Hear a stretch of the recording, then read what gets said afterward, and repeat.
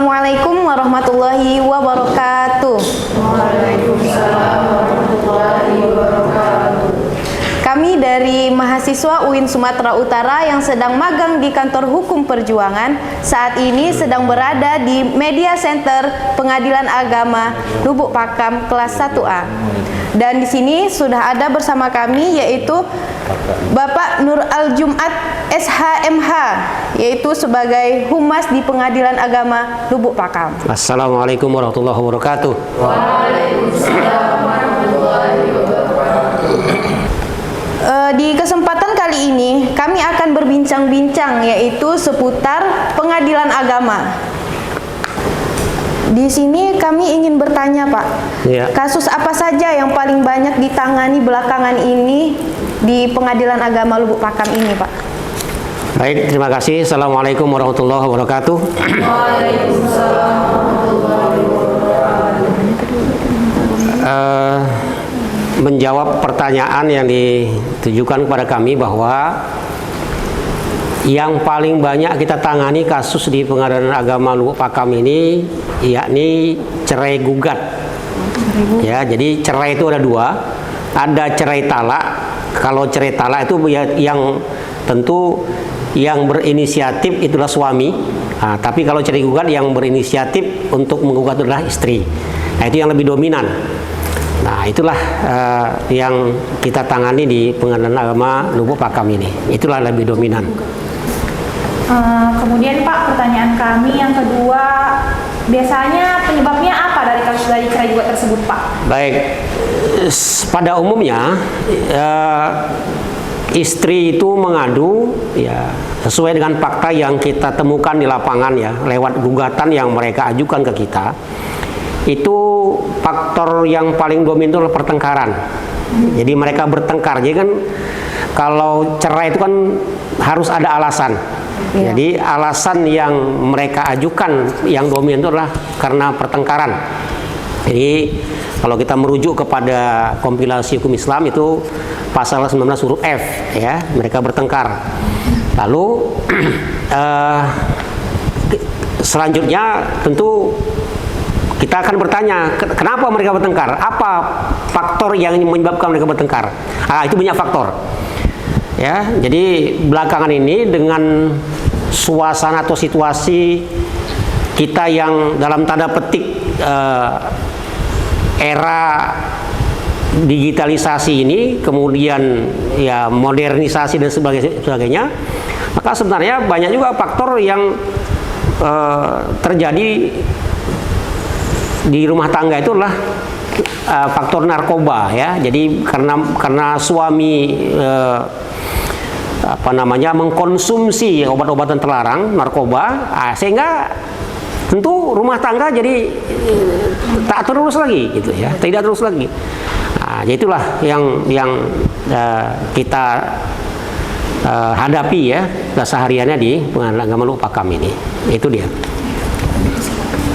Baik Pak, saya akan lanjut ke pertanyaan ketiga, yaitu, nah apabila ada yang ingin melakukan perceraian gitu Pak, nah bagaimana, apa saja sih Pak tahapan untuk hingga selesainya kasus tersebut di pengadilan? Baik, kalau ada pihak atau masyarakat pencari keadilan, kita mengistilahkannya ya, masyarakat pencari keadilan ingin mengajukan perkara di Pengadilan Agama Lubuk Pakam ini, tentunya dia datang kemari dan sesuai dengan visi misi kita ya, tentu visi misi Mahkamah Agung bahwa kita ini beracara ini tentu harus taat asas, sederhana, cepat, biaya ringan gitu ya asasnya kan. Nah, di sini ketika masyarakat datang kemari ya, tentu yang dia persiapkan itu dia membawa buku nikah, paling tidak buku nikah. Nah, kalau tanda pengenal mungkin KTP ya dia bawa supaya kita tahu dia masuk yurisdiksi Pengadilan Agama Lubuk Pakam atau tidak. Kan gitu ya, jangan jangan keliru kita menanganinya. Nah, tapi yang paling dominan itu buku nikah. Buku nikah itu ada juga alamat di situ ya, tempat mereka tinggal. Nah, lalu sampai mereka di sini nanti dibantu, ada PTSP namanya, pelayanan terpadu satu pintu. Jadi di situ nanti ada apa namanya, sub-subnya yang melayani, ada yang membantu mereka membuat gugatan andai kata mereka tidak bisa membuat gugatan. Tapi juga kalau yang mereka bisa, sebenarnya ada gugatan mandiri. Jadi mereka bisa buat sendiri di sini. Ya mereka ketik, mereka buat ya. Nanti ya andai kata dia terbentur, dia bisa tanya ke petugas kita di PTSB. Ya kan? Pertama dia buat gugatan. Jadi prosesnya dia menceritakan halnya, apa yang terjadi di rumah tangganya. Nah, setelah itu direkamlah ini. Ya, direkamlah ini oleh yang membuat gugatan.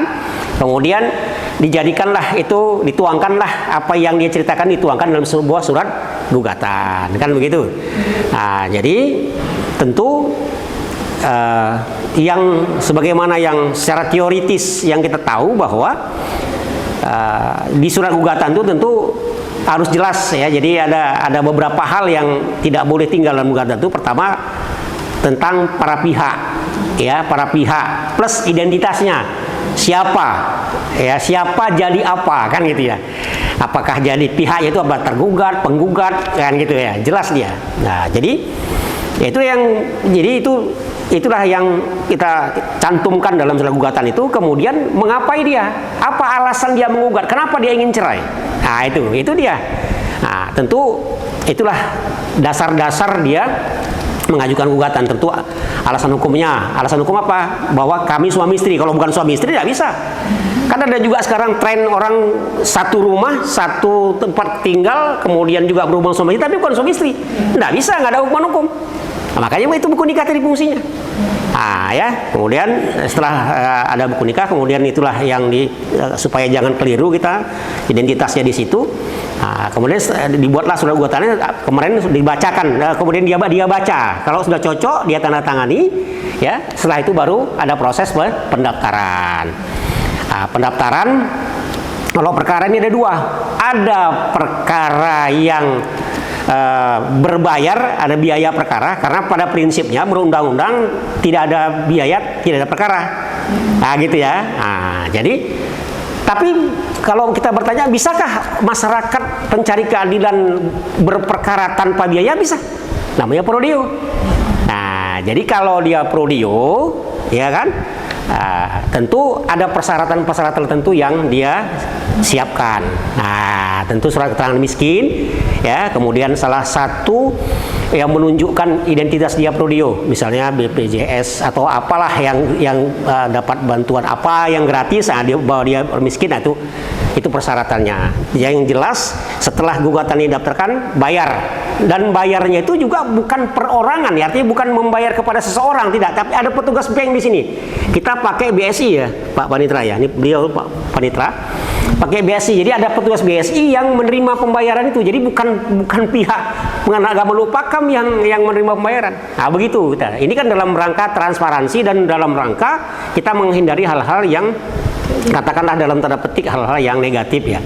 Itu. Jadi bayar, setelah bayar kemudian dikasihlah perkara itu register ya, register ada nomor register, terdaftarlah itu. Baru nunggu panggilan. Sekarang ini karena sudah era digitalisasi, kemanapun pihak itu, misalnya tergugat itu ada di Binjai atau tergugat itu ada di Rantau Prapat, itu kita cuma kasih waktu seminggu dari pendaftaran ke sidang, seminggu saja. Jadi nanti secara elektronik kita manggil dari sini, kita mohon bantuan ini memanggil pihaknya kemana. Kalau yang diwarasin tentu ya juga pasti seminggu. Sudah, nanti kalau di luar wilayah penganut agama Lupakam ini, nanti kita mohon bantuan kepada PA yang berada di wilayah tergugat berada. Nah, seminggu waktunya, habis itu kita sidang. Itulah dia prosesnya. Baik Pak, lalu untuk pertanyaan selanjutnya, berapa lama sih Pak biasanya kasus tersebut selesai? Iya, jadi itu relatif ya. Itu relatif. Itu tidak bisa kita jawab total sekian hari, tidak bisa. Tapi pada umumnya andai kata pihak tergugat tidak hadir, itu biasanya sidang kedua itu sudah putus.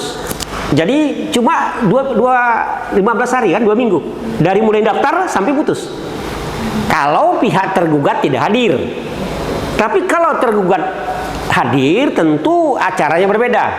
Ya, jadi ada plan A, ada plan B. Plan B-nya, andai kata pihak tergugat hadir, itu tentu dia harus menjalani Perma nomor 1 tahun 2016. Mediasi dulu namanya. Dia kita arahkan kepada mediator, ada mediator kita non hakim. Nah, setelah itu baru nanti kita kasih waktu itu. Biasa seminggu juga kita kasih waktu. Kemudian setelah itu baru ke sidang lagi minggu berikutnya. Nah, baru ada proses jawab menjawab. Kan itu dia, gugatan, jawaban, replik, duplik. Nah itu. Nah, itu relatif lah, nggak bisa. Tapi pada umumnya andai kata replik dupliknya juga kami diberi begini ya. Kami diberi ketentuan di SIPP namanya. Ada sistem informasi penelusuran perkara namanya SPP. Itu kami diberi batas waktu. Kalau perkara biasa, arti perkara biasa itu tidak waris, tidak yang ya katakanlah yang sederhana saja, itu kita di bawah sebulan harus putus. Itu ketentuannya. Di bawah sebulan kita harus putus. Nah, tapi kalau udah jawab menjawab, ada pihak segala macam, itu paling lama kita menyelesaikan perkara itu harus di bawah 6 bulan. Harus putus, wajib putus. Kalau enggak kita laporin ke Mahkamah Agung. Nah, itulah dia waktunya. Jadi bergantung, kita nggak bisa jawabnya satu jawaban, tapi itulah jawaban yang saya berikan tadi. Lihat perkaranya.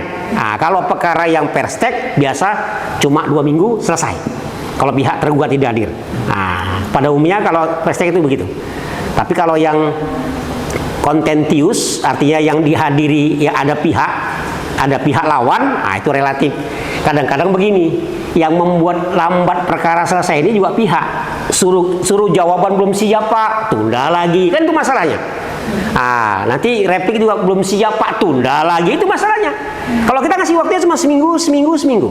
Intinya kita sesuai dengan asas tadi, ya, beracara secara cepat, sederhana, cepat, biaya ringan. Sederhana, cepat. Nah, jadi prinsip cepat itu yang ingin kita tindak lanjuti supaya jangan berlarut-larut. Saya kira itu. Lalu Pak, itu berapa persen mediasi yang berhasil dilakukan Pak? Karena Pak Panitra ini juga bertindak sebagai mediator, ya, jadi yang lebih berkompeten menjawabnya beliau nih. Silakan Pak Panitra sebagai mediator, dia mediator. Perlu juga kalian ketahui bahwasanya landasan proses pelaksanaan mediasi itu sebagaimana tadi yang sudah disampaikan. Masih ingat apa yang disampaikan Bapak itu tentang mediasi? Hah? Kan sudah dinyatakan tadi. Perma nomor berapa? Hah? Nomor 1. Itulah makanya. Jadi proses pelaksanaan mediasi itu aturannya itu Perma nomor 1 tahun 2016. Ya, sebelum saya sampaikan tingkat keberhasilan mediasi di Pengadilan Agama Lubuk Pakam ini, bahwasanya wajib dalam proses persidangan itu dilaksanakan mediasi apabila kedua belah pihak hadir. Ya, apabila kedua belah pihak hadir. Apakah kehadiran kedua belah pihak itu di sidang pertama, sidang kedua, sidang ketiga? Yang penting pada saat persidangan, ya, kedua belah pihak, maka majelis hakim wajib memerintahkan kepada para pihak untuk melaksanakan mediasi. Kalau proses mediasi tidak diperintahkan oleh majelis hakim, apabila perkara itu putus, putusannya batal demi hukum kalau salah satu pihak banding dengan alasan bahwasanya tidak ada proses mediasi. Paham maksudnya? Oke, selanjutnya tentang yang namanya mediasi itu, walaupun para pihak, ya, salah satu pihak tidak hadir, tapi majelis hakim wajib mendamaikan kedua belah pihak. Ya, mendamaikan itu juga merupakan salah satu langkah untuk memediasi. Artinya ketika hanya penggugat saja yang hadir, majelis hakim memberikan nasihat kepada penggugat untuk melakukan perdamaian dengan tergugat. Nah, upaya damai ini pun kalau sekiranya majelis hakim tidak menyampaikan di dalam berita acaranya atau di dalam proses persidangan, pihak itu mengetahui bahwasanya dalam proses persidangan majelis hakim tidak menyampaikan menasehati para pihak, maka putusannya juga bisa batal demi hukum. Ya, itu dulu. Jadi nanti kalau masalah tingkat proses keberhasilan dari mediasi, itu ada kaitannya dengan tingkat kehadiran para pihak. Ya, tingkat kehadiran para pihak yang bersidang di Pengadilan Agama Lubuk Pakam ini. Hampir sekitar 85% sampai dengan 90% putusan itu per stek. Saya tanya sama kalian, apa yang dimaksud dengan putusan per stek? Jangan kalian bertanya sama saya aja. Hah? Apa? Kan sudah belajar kan semester 7 kan? Udah? Ada yang tahu? Yang di antara pihak tidak hadir. Hah? Atau tergugatnya tidak hadir. Bisa iya, bisa tidak. Ya kan, jadi kalau putusan persek itu tergugatnya tidak pernah sama sekali hadir. Ya, itu putusan persek. Upaya hukumnya apa? Ini karena dosen Pak, makanya balik bertanya gitu. Apa upaya hukum terhadap putusan persek? Berarti belum semester 7 ini Pak. Iya, belum semester 7. Itu di semester 2 hukum acara peradilan agama kan dipelajari kan. Jadi upaya hukum terhadap putusan perstek,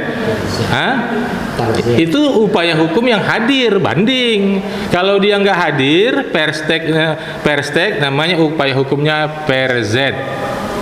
Ya, lain lagi nanti derden perzet.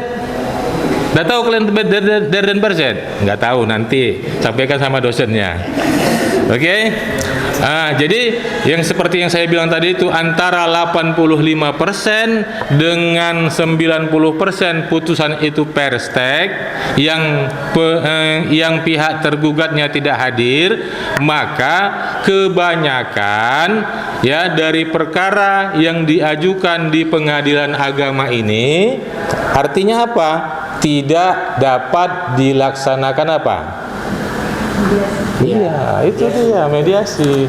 Berarti semuanya nggak ada yang nyimak pertanyaannya sendiri, dia terjebak sendiri gitu loh. Ya, karena 85 sampai 90% itu putusannya perstek, maka tidak dapat dilaksanakan mediasi. Ya kan, karena pihak tergugat tidak hadir. Artinya yang 15% inilah, yang 10% inilah yang bisa dilaksanakan mediasi. Ya. Jadi kalau tingkat keberhasilannya dari 10 sampai 15% yang dilaksanakan mediasi itu hanya sekitar 5% yang berhasil. Ya. Sekarang penyebab tidak berhasilnya mediasi terhadap perkara cerai gugat dan cerai talak atau perkara perceraian, kenapa? Karena berbicara tentang hati. Kalau sudah hati retak, ya kan, semuanya jadi botak kan gitu. Ya, artinya apa? Ketika kita sudah berbicara hati, kita harus mendalami kembali hati orang yang retak tadi itu. Dan kelemahan kita di sini, sebagaimana yang disampaikan tadi Pak Jumat, bahwasanya kita diberikan beban untuk menyelesaikan satu perkara itu maksimal 1 bulan. Sementara kalau kita mau merayu orang agar bisa kembali lagi berbaikan dengan pasangannya, 1 bulan saya rasa belum maksimal. Ya, itu salah satu kelemahannya, waktu. Ya kan, waktu. Ya. Kemudian tidak dimaksimalkannya batasan perintah pelaksanaan mediasi itu sendiri. Berdasarkan Perma nomor 1 tahun 2016 tadi itu, diberikan kesempatan kepada para pihak untuk melaksanakan mediasi selama 30 hari. Ya, selama 30 hari. Sementara mediasi yang dilaksanakan itu biasanya cuma 1 sampai 2 jam. Nah, sehingga tingkat keberhasilan dalam melaksanakan mediasi tidak maksimal. Dan kebanyakan yang berhasil mediasi di Pengadilan Agama Lubuk Pakam ini, yang pertama masalah perkara harta warisan, yang kedua harta bersama, yang ketiga cerai talak. Cerai talak itu pun berhasil sebahagian. Jadi dalam proses mediasi itu ada yang namanya berhasil, ada yang namanya berhasil sebahagian, ada yang namanya berhasil dengan akta perdamaian. Itulah dia. Jadi kalau kesimpulannya, tingkat keberhasilannya berapa? Dari 10 sampai 15% tadi. 5%. Jangan lupa kalian, kan. Itu aja. Terima kasih. Baiklah Pak, lanjut ke pertanyaan selanjutnya. Apakah di Pengadilan Agama Lubuk Pakam kelas 1A ini pernah terjadi atau ada kasus yang dimana pernikahan pihak laki-lakinya itu sudah dewasa dan pihak perempuannya itu masih di bawah umur? Maksudnya apa itu? Dari gugatan perceraian?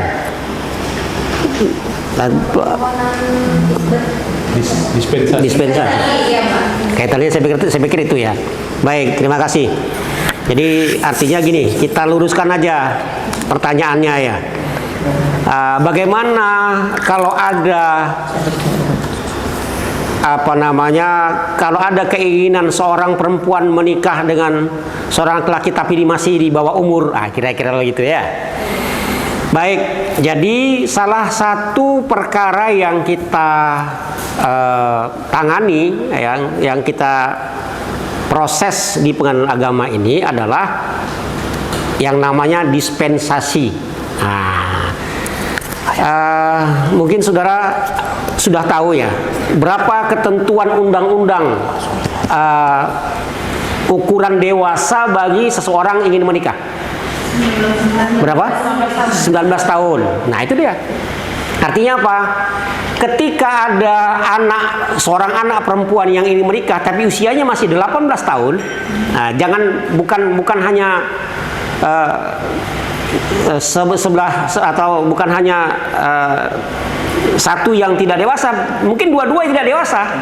Ya, calon suami juga belum dewasa misalnya. Bagaimana itu? Nah, sesungguhnya kalau mereka ingin juga melangsungkan perkawinan, kemarin baca nggak berita update kemarin di Jawa Timur, 572 siswa ya, 572 anak-anak perempuan mengajukan isbat nikah karena sudah kami ulangi, mengajukan dispensasi nikah karena sudah hamil di luar nikah. Itu Jawa Timur. Bayangkan itu. Jadi artinya apa? Nikahnya sudah terpaksa. Tapi undang-undang belum bisa menerima itu, atau undang-undang belum membolehkan itu. Apa jalannya? Dispensasi. Jadi dispensasi kami terangkan kepada saudara. Jadi kalau ada anak yang di bawah umur mau menikah, tentu kalau dia mendaftar ke kantor urusan agama menolak dengan catatan dia belum cukup umur. Karena kalau nanti dia menikah tanpa ada dispensasi dari pengadilan, nanti kuahnya itu bisa masuk, bisa diproses hukum dia. Artinya dia melanggar hukum. Jadi dia mengajukan dulu, orang tuanya atau dirinya mengajukan dispensasi ke pengadilan. Nah, diproseslah di sini. Bagaimana cara proses dispensasi itu? Dihadirkan yang mau nikah itu. Ya, yang bersangkutan itu dihadirkan. Calonnya juga dihadirkan. Orang tuanya juga dihadirkan.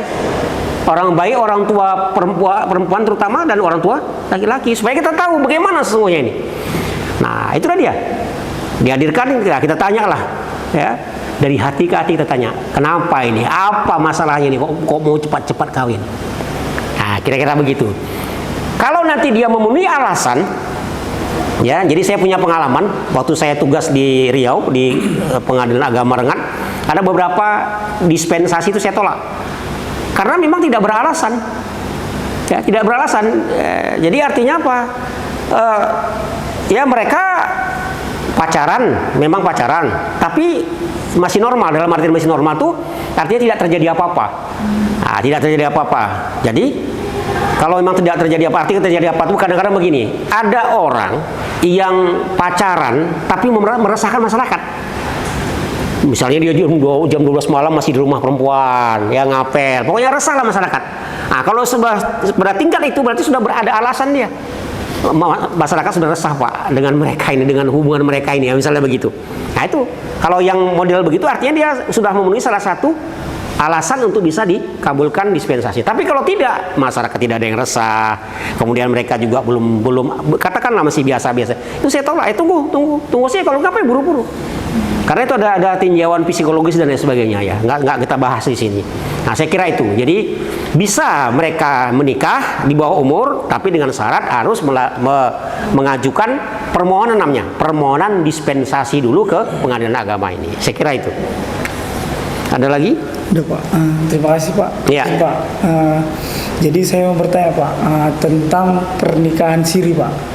Pernikahan siri, oke. Jadi menurut Bapak bagaimana, Pak, tentang pernikahan siri itu, Pak? Jadi gini, sebenarnya alamat pertanyaan ini harusnya ke KUA, bukan ke pengadilan, ya. Karena kayak kita berbagi tugas ini, ya. Kalau pernikahan itu di KUA, ya. Kalau perceraian di pengadilan. Cuma kalau yang di pengadilan ini kaitan dengan pertanyaan tadi itu bisa kita kaitkan, ya, sebenarnya bagaimana dengan orang yang nikah siri tapi mau cerai atau tapi mau mengesahkan perkawinan sirinya, kira-kira begitu. Itu pertanyaannya, kan begitu, ya.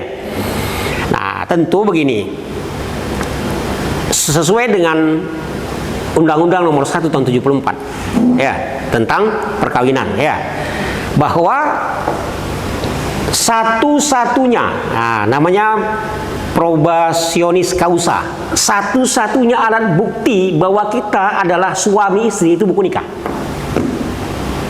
Kalau nikah siri itu biasanya buku nikah tidak ada, kan itu.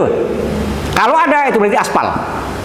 Nah, pahami dulu nikah siri itu apa, ya. Nikah siri itu apa sebenarnya? Jadi nikah siri itulah nikah yang tidak terdaftar, kan itu. Nggak terdaftar, nggak secara formal, dia formal nggak ada daftarnya. Kalau di negara kita ini kan semua terdaftar, lahir terdaftar, ya kan.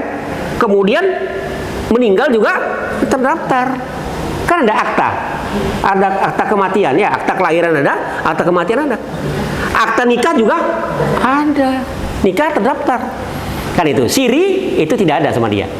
Nah, tentu ketika ada pihak, karena kita ini kan pengadilan ini itu haram hukumnya menolak perkara dengan alasan tidak ada peraturan perundang-undangannya. Nah, itu dia.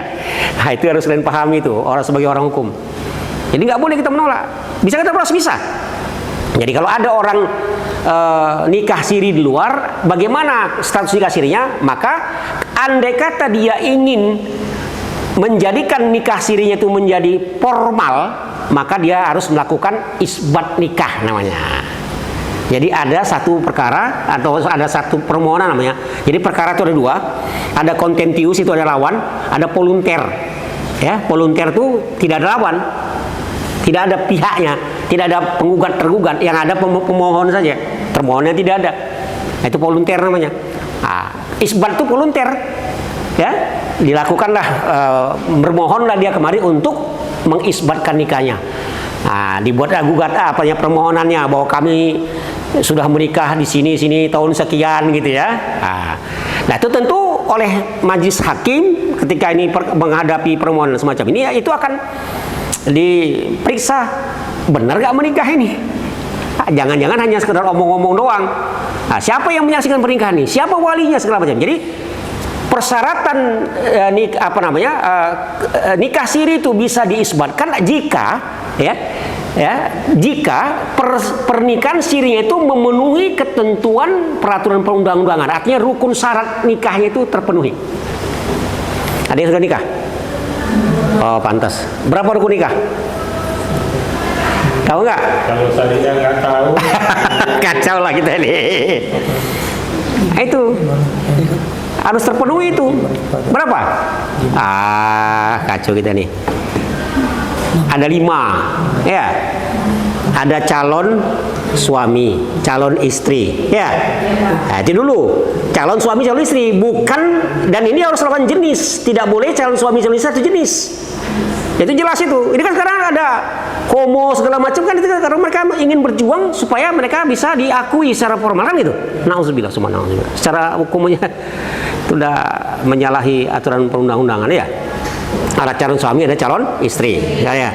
Kemudian ada wali, ya, ada wali, ada saksi, ya kan. Kemudian ada mahar, ada ijab kabul, ya. Terakhir ada. Ada keyboard. 6 ya, 6-nya dia salah, jadi bukan 5 ya. Nah, itu dia. Jadi artinya apa? Nikah siri itu andai kata dia memang suami istri, ada calon suami, kemudian ada walinya yang menikah, wali perempuan sah walinya, ada maharnya, kan gitu ya. Kemudian ada saksi yang menyaksikan yang sah kan gitu ya. Ada saksi. Nah, kemudian ada ijab kabul. Aku nikahkan, itu. Aku nikahkan kepadamu. Aku nikahkan anak kandungku kepadamu. Nah, kan gitu ya, dengan mahar atau mahar sekian, aku terima, itu ijab kabul. Nah, kalau itu terpenuhi semua, nah, lantas dan itu dibuktikan oleh saksi-saksi, oh iya, saya waktu itu lihat bahwa ini memang terjadi, nah itu bisa kita isbatkan. Tapi kalau tak terpenuhi rukun syarat nikah itu, maka kita tidak bisa mengisbatkan. Jadi ya biarkanlah gitu. Orang dia sendiri nggak mau patuh kepada, dia termasuk masyarakat yang tidak patuh kepada perundang-undangan, ya terserah lah. Itu ya, makanya jangan coba-coba. Nah, saya kira itu jawabannya. Ya, paham ya? Silakan. Baik Pak, selanjutnya Pak, tentang mengenai waris Pak. Ya. Bagaimana proses permohonan penetapan ahli waris dari pengadilan agama, dan apabila ahli waris tidak lagi beragama Islam, apakah tetap bisa menjadi ahli waris Pak? Oh, baik, ini saya masih rancu nih pertanyaannya. Penetapan ahli waris atau pekah warisan, kan itu beda itu. Kalau penetapan ahli waris itu volunter, ya. Saya menggambarkan begini. Oke, saya paham pertanyaannya ya. Oke.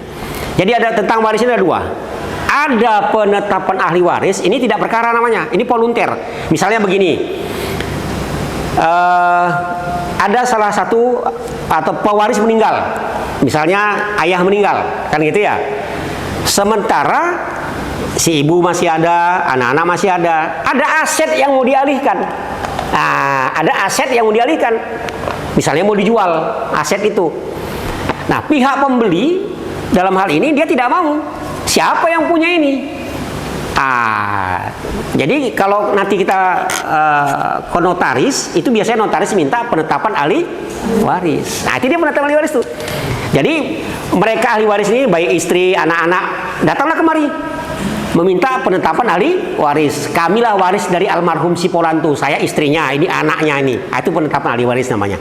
Untuk apa itu kegunaannya? Ya itu tadi, untuk mengalihkan atau mengalihkan aset, atau untuk mencairkan uang atau tabungan deposito yang ada di bank. Nah, itu dia, itu gunanya. Itu kalau itu cuma penetapan namanya. Jadi tidak ada sengketa di situ, tidak ada perkara di situ. Yang kedua, sengketa waris. Nah, ini dia. Kalau sengketa waris itu tadi, jadi ada pewaris yang sudah meninggal, ada ahli waris yang ditinggalkan, ada harta warisan yang ditinggalkan. Cuma mereka belum bagi masing-masing, atau ada dikuasai oleh pihak-pihak tertentu, pihak lain tidak kebagian. Nah, dia menuntut supaya haknya diberikan. Itu udah sengketa waris. Paham ya? Kalau itu ada lawan, itu penggugat dan tergugat. Nah, itu dia.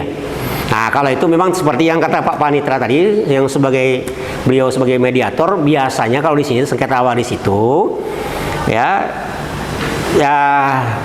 volume keberhasilan memediasinya itu lebih tinggi. Jadi artinya apa? Ketika sudah berhadapan dengan mediator, dikasih pemahaman, akhirnya mereka udahlah kami bagilah. Karena kalau yang namanya beracara atau berperkara ini, apalagi kaitan dengan waris ini, itu memang serba-serbi. Kenapa saya katakan serba-serbi? Itu nggak ada yang menang itu. Kalau menang itu jadi arang, kalah pun jadi abu. Jadi nggak ada yang menang. Apalagi pihak pengacara, misalnya, ya kan? Nanti ya tentu karena dia jasa ya, dia kan jasa, wajar dia dapat jasa itu karena ini pekarnya panjang. Akhirnya nanti dia bayar pengacaranya, ya kan? Nah, sementara kadang-kadang ya nilai warisannya juga nggak seberapa kan. Nah, sehingga kadang kalau ada sengketa dimediasi oleh mediator, ya kalau berhasil ya sudah mereka bagi secara damai aja di luar. Saya kira itu kaitan jadi dengan warisan. Jadi ada penetapan ahli waris, ada sengketa waris. Oke, selesai. Ada lagi? Nah, untuk yang terakhir Pak, mungkin kami ingin meminta saran atau wejangan dari Bapak untuk kami yang sebentar lagi akan keluar dari masa pendidikan ini mungkin. Ya, gini, saya ingin memotivasi saudara-saudara sekalian. Artinya gantungkanlah cita-cita kalian setinggi langit. Ya. Jadi jangan terpengaruh oleh gonjang-ganjing dunia hari ini. Tetaplah konsisten dengan cita-cita. Anda mau jadi apa? Anda mau jadi apa? Tanya dulu dirimu. Saudara mau jadi apa? Karena apa? Sekarang ya kita sebenarnya belum negara maju, tapi negara berkembang kan ya? Yeah. Lama kali kita negara berkembang ini. Ya, maksud saya begini, nanti ke depan kalau sudah kita menjadi negara maju, ya, nanti yang kita pertaruhkan itu bukan formalitas, bukan ijazah, tapi skill. Asahlah skill kamu, asahlah. Kemampuan kita, skill kita di bidang apa? Asahlah itu. Nah, sukseslah Anda. Tapi kalau saudara ya istilahnya tak punya skill yang mumpuni, skill apa, keahlian apa yang sudah miliki, wah kacau.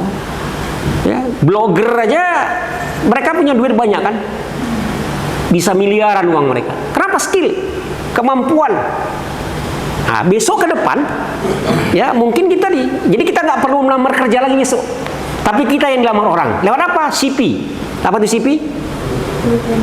Kurikulum vitae. Jati diri kita. Jadi sekedar berbagi saja. Anak saya kerja di Singapura di satu perusahaan quality namanya. Nanti cari apa perusahaan quality itu.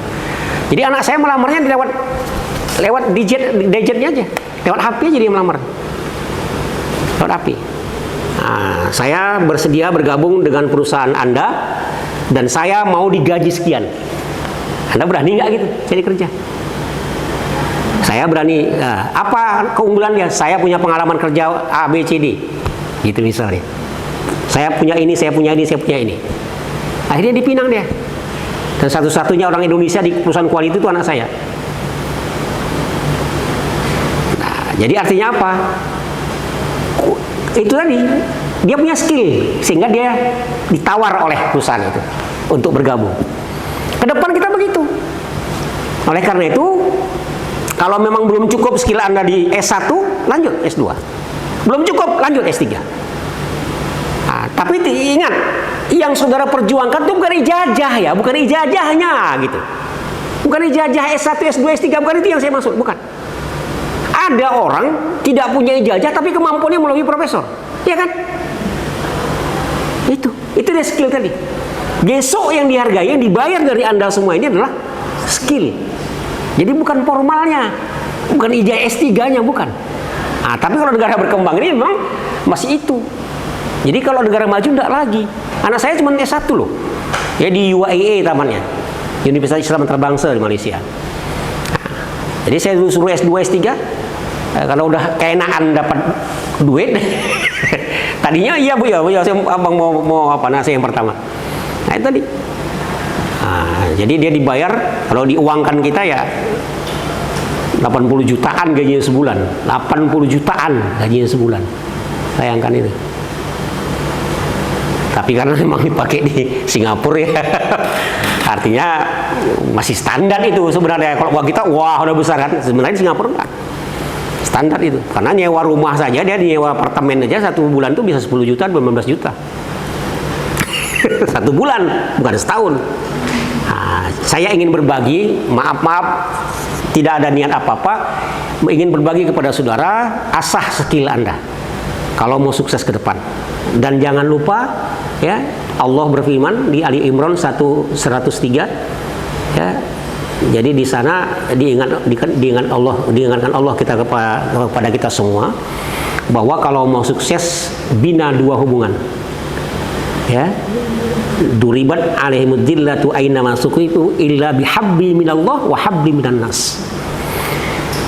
Jadi dimanapun kamu berada, kamu akan ditimpa kehinaan jika kamu tidak punya 2 hubungan baik, hablum minallah dan hablum minan nas. Bina itu hablum minallahmu, hablum minan nasmu.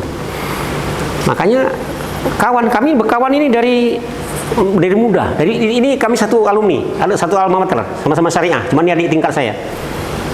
Nah, dia begitu. Jadi kita bersaudara itu atau membina persahabatan itu bukan karena materi. Kenapa? Salah satu yang dijamin Rasulullah, orang yang suka bersilaturahim itu akan dijamin rezekinya, dimudahkan Allah rezeki, dipanjangkan umur, disehatkan Allah Subhanahu wa taala. Itu kata Rasulullah. Oke? Nah, saya pikir itulah yang wejangan yang bisa saya berikan kepada saudara. Intinya asah kemampuan, ya, asah kemampuan kita. Mau jadi hakim, datang kemari. Rajin baca, baca buku acara. Testing hakim, insya Allah lulus. Apalagi saudara dari syariah, kalau mau hakim agama. Karena bocoran yang saya kasihkan, kita misalnya punya kuota 1000 hakim yang mau diangkat, calon hakim, cakim, ya kan? Tapi nggak dapat kita 1000 ini. Kenapa? Yang testing itu tidak mampu memenuhi standar penilaian. Salah satu adalah baca kitab. Nah, saudara kuasai baca kitab. Nah, kan nggak ada cerita, harus kursus, harus les lagi kita kalau mau jadi hakim. Baca kitab. Nah, minimal makro tertentu tentang perceraian, pernikahan, ya, kitabun nikah harus kuasai. Nah, nanti karena di ujian itu salah satu. Nah, sementara yang lain-lain ya silakan cari bahan-bahan ujian segala macam. Nah, insya Allah kalau saudara ingin kuat jadi hakim, saudara akan jadi hakim. Nggak usah mikir sogok sana sogok, nggak ada tuh. Kemampuan oke, skill oke, insya Allah saudara berhasil. Saya kira itu. Terima kasih. Assalamualaikum warahmatullahi wabarakatuh. Cukup sekian perbincangan kita dengan Bapak Nur Al-Jumat SHMH, dan semoga perbincangan kita tadi bisa bermanfaat untuk kita semua. Di sini dengan saya Elvita Sari, saya pamit undur diri. Assalamualaikum warahmatullahi wabarakatuh.